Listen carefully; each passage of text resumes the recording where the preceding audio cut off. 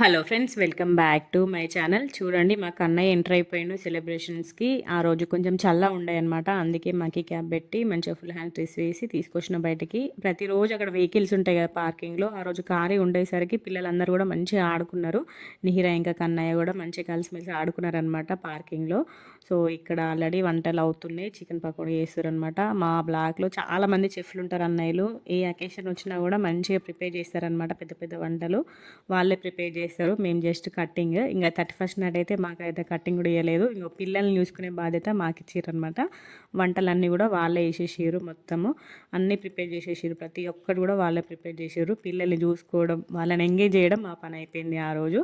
లాస్ట్లోకి just టమాటాలు మాత్రమే మాకు కట్ చేయడానికి ఇచ్చారు. ఇక్కడ పన్నీర్ కర్రీ రెడీ అయిపోయింది. చాలా బాగుంది. టేస్ట్ మాత్రం చాలా అంటే చాలా బాగుంది. ప్రతి ఒక్క ఐటెం కూడా చాలా టేస్ట్గా ఉండే అనమాట.